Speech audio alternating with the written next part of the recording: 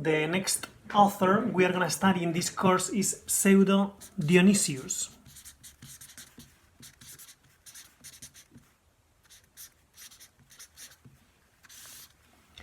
Pseudo-Dionysius was believed to be Dionysius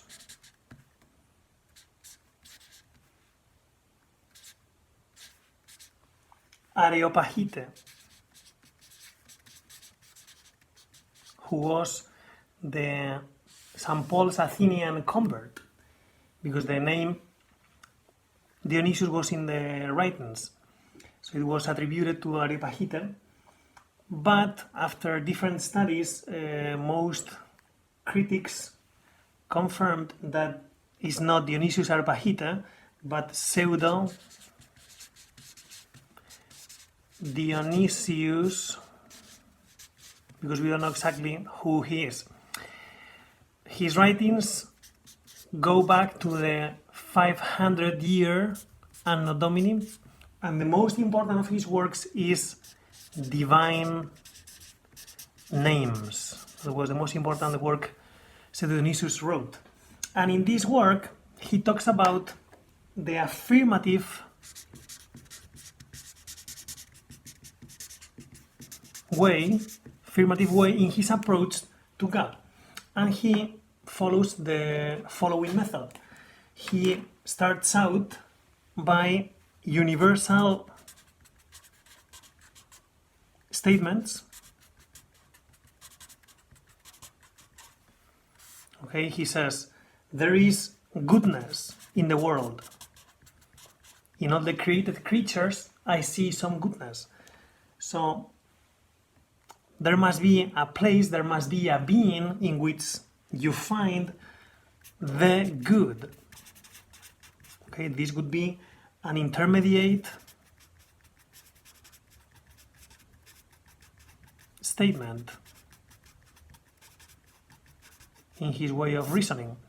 There is goodness in created creatures. There must be the good, a being which is good. Okay, and finally he arrives to particular titles that he ascribes to God. And he says, for instance, there must be a being which is God, which is super essential goodness. Okay, this is the positive way, the affirmative way in which Pseudo-Dionysius proceeds to reach God. Or for instance, he sees beauty. He sees beauty in creatures, in created creatures. He states that there must be a being who is the beauty. Okay, and he calls God, this being is God, and he calls him super essential beautiful.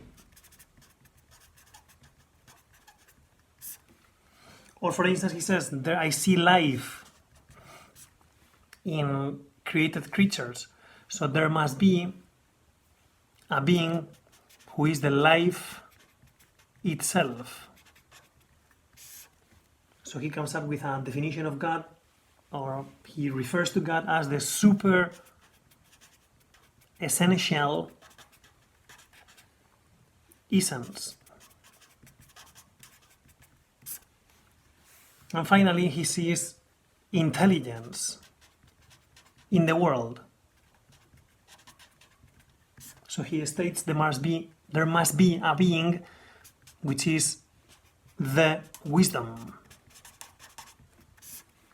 And he concludes that God is the super essential intelligence.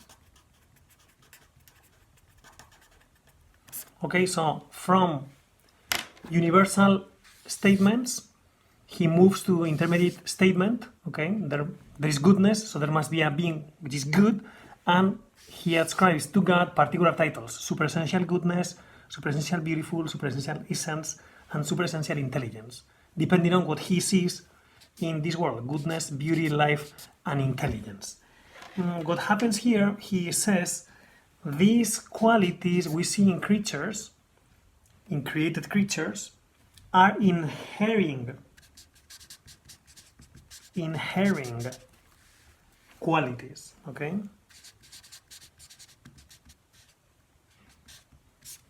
And here we don't see exactly perfection. Whereas in the other side of the aisle, here when we are talking to God, those qualities are substantial.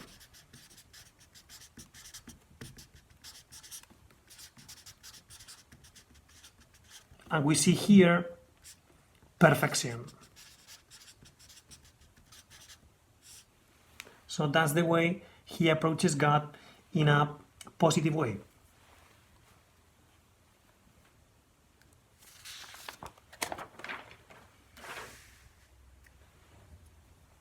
Then there is, in his philosophy, Pseudo-Dionysius develops a negative way. And this is quite interesting, negative way. So there is a positive way to try to approach God and to explain what God is like, but there is also the negative way. This is not something new, okay?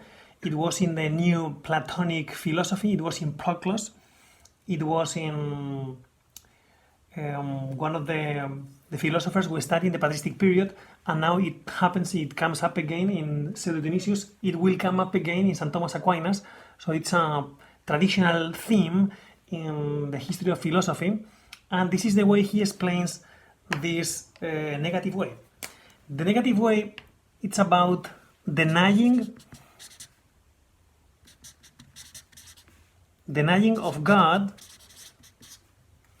qualities and attributes of creatures.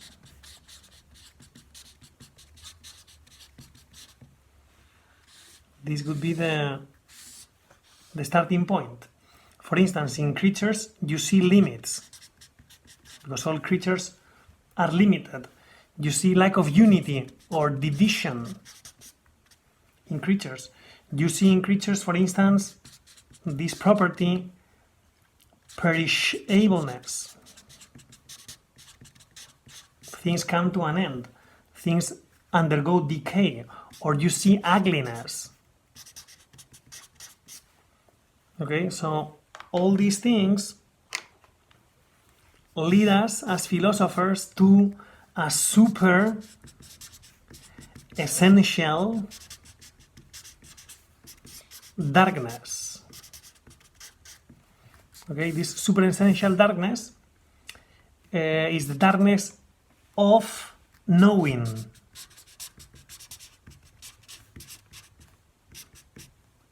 Of unknowing. So at a certain point, when it comes to God, you really don't know the way he is. So you get into the darkness of unknowing. Okay? Which is due, this darkness of unknowing, this lack of capacity of getting to know God properly, this darkness of the unknowing, it is due to the finiteness of our human mind.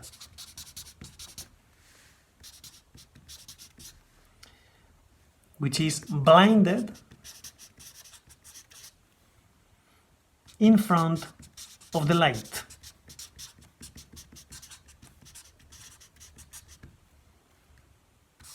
Okay, so there is this darkness. Okay, God is not limits, God is not perishable, God is not divided, God is not ugly, and so on.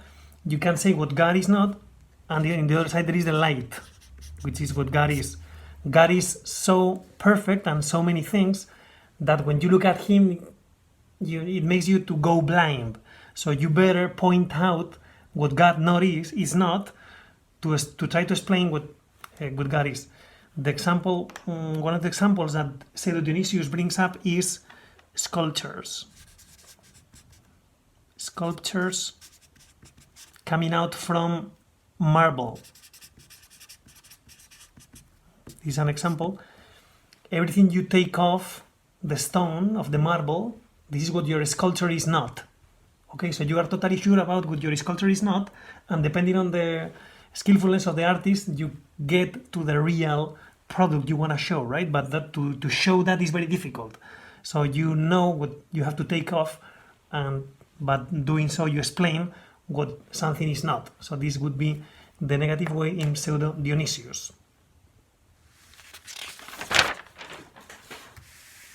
Now let us move on to the ambiguous, unfortunately ambiguous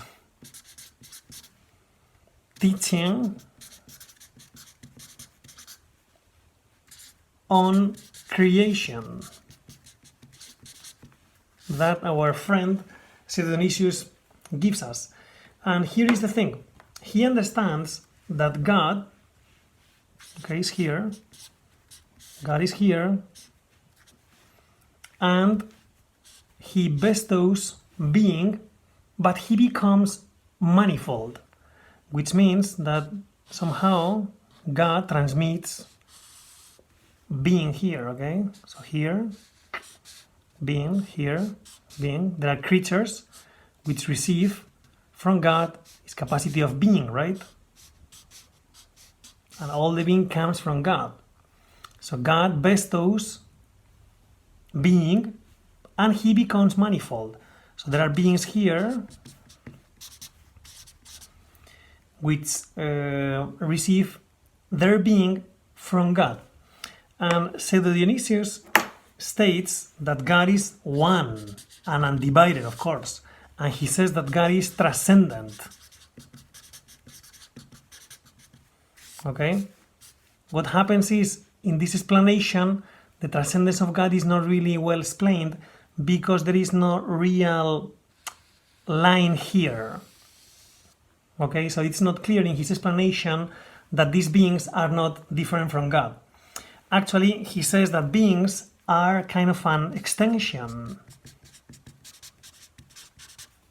of God. Okay, so God's transcendence is not clear in the explanation of Pseudo-Dionysius about creation. Although he says that God, okay, is not involved in the multiplication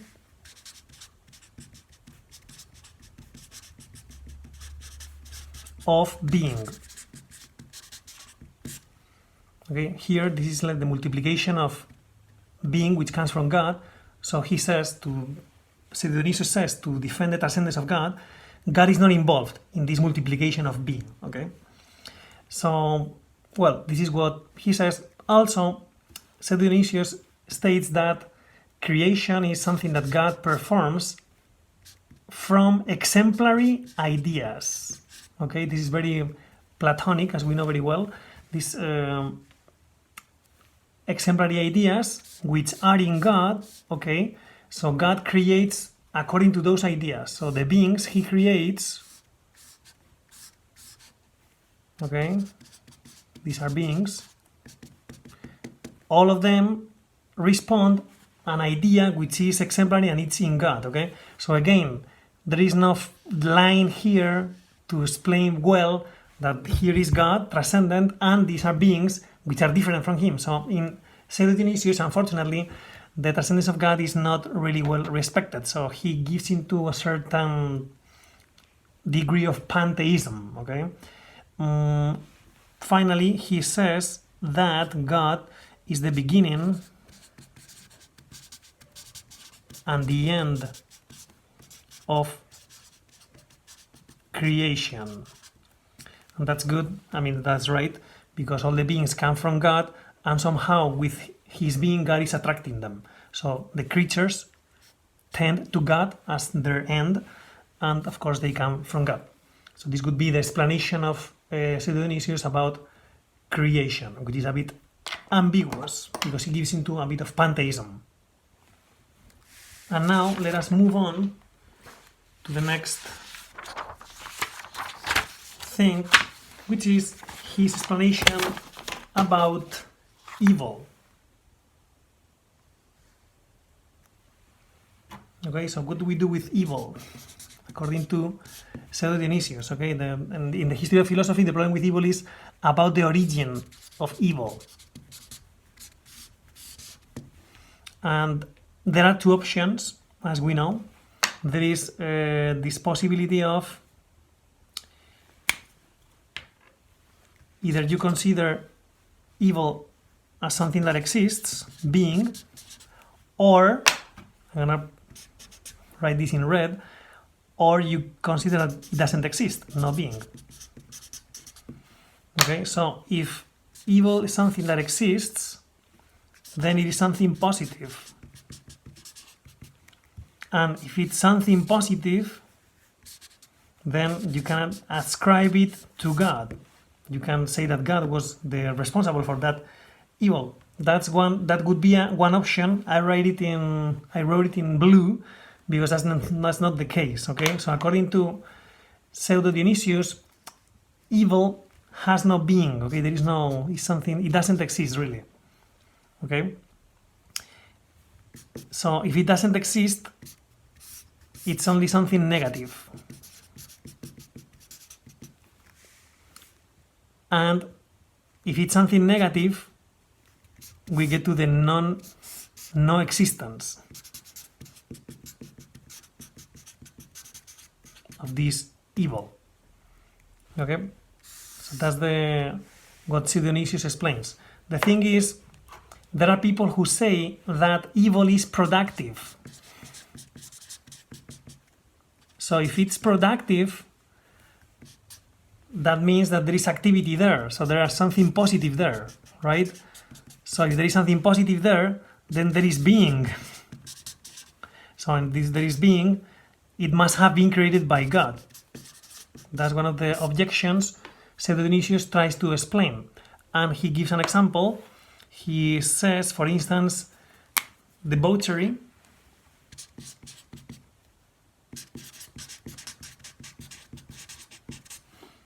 okay, it's something evil, but is productive. You get something out of it, right? So what Pseudo-Dionysius explains is this debauchery, it is productive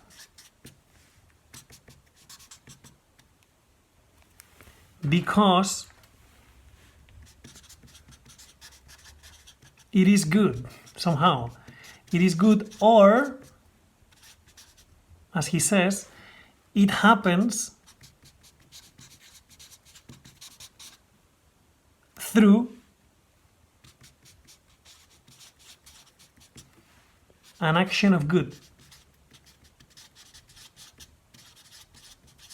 In other words, when someone decides to go for debauchery, even if it produces something, it is produced because it was persecuted, it was chased because the subject thought that it was something good. Okay, so you don't chase debauchery, and debauchery doesn't produce fruits because it's evil. No, it is productive because you think that there is some good there. Okay, but then you are tricked because in reality this is what happens according to Pseudo-Dionysius. It doesn't have evil, doesn't have a being, so it's negative. So we have to relate it to non-existence. But if things are so, what's the argument to understand this? And Pseudo-Dionysius says evil has no positive being because, and here is the thing, good and being are synonymous. So good and being are synonymous. Then the question is, up to what extent Pseudo-Dionysius equals evil with non-existence. So up to what extent? Is evil exactly the same than non-existence? Let's put here a question mark. And here's the thing. Pseudo-Dionysius explains that creatures, okay, here are creatures, and as insofar as they are, so they have being, okay, they are good, they participate of this good. And in this sense, these creatures are close to the supreme good, which is God.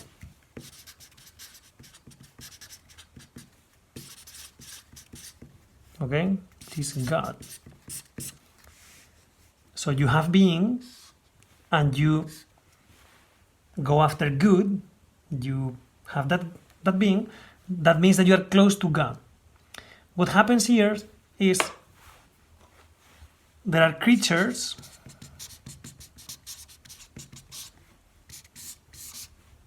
okay, which, let's write here, do less good, okay? For instance, people who make wrong choices, or, you know, yeah, people who make wrong choices. So those ones, because are less good, are as well less being. They have less being, so to speak, okay? And when that is the case, these creatures are far away from the good, the supreme good, with capital S, you know, which is God. So they are far away from Him. So they are moving from existence to non-existence. So the perfect evil must be non-existence, because the closer you are to God, there is some good there. So the farther you are from God, the more evil there is there. And this is exactly what happened to the devil. The devil, of course, is a creature, it exists, and it decided in the past to move from goodness to evil. And the more it moves towards evil, the less it is, so to speak, in the sense of the less being it has, because the more evil you are, the less being you have, so to speak. Because when you do evil, you get far away from God. So you damage your being, you damage your good. So radical evil means total absence of even being. So that's the thing. So in that sense, evil, yes, is equals non-existence. And finally, just for the fun of it, let us say something about good and evil related to Batman and the Joker.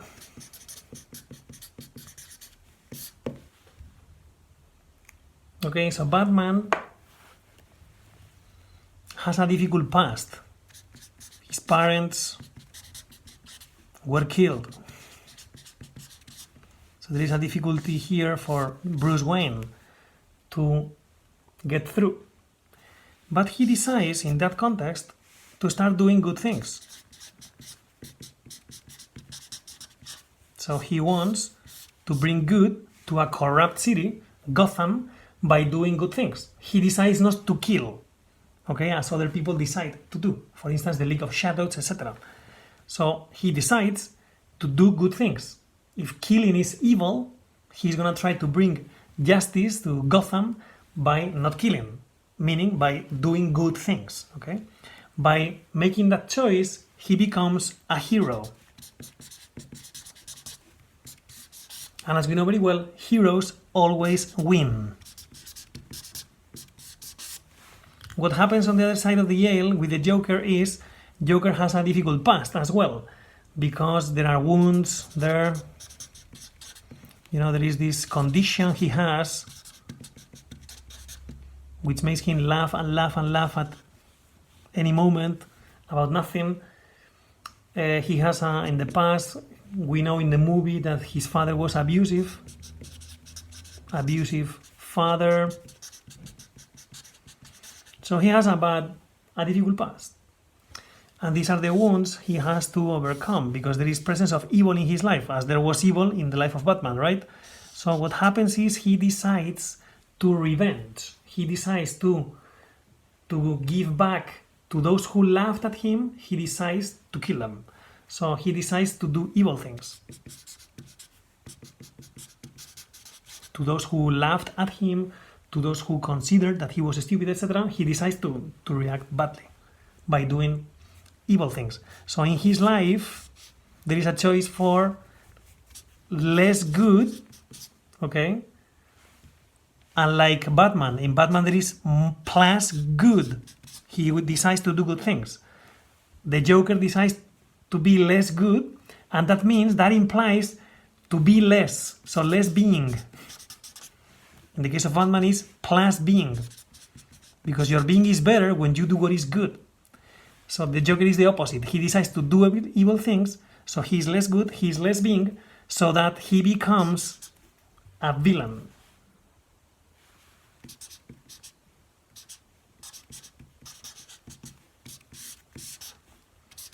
And villains always lose, as we know very well. So this is interesting about evil. Evil is something that doesn't exist, or leads you to non-existence, or leads you to something horrible, something bad, something which is less being, less good, you know.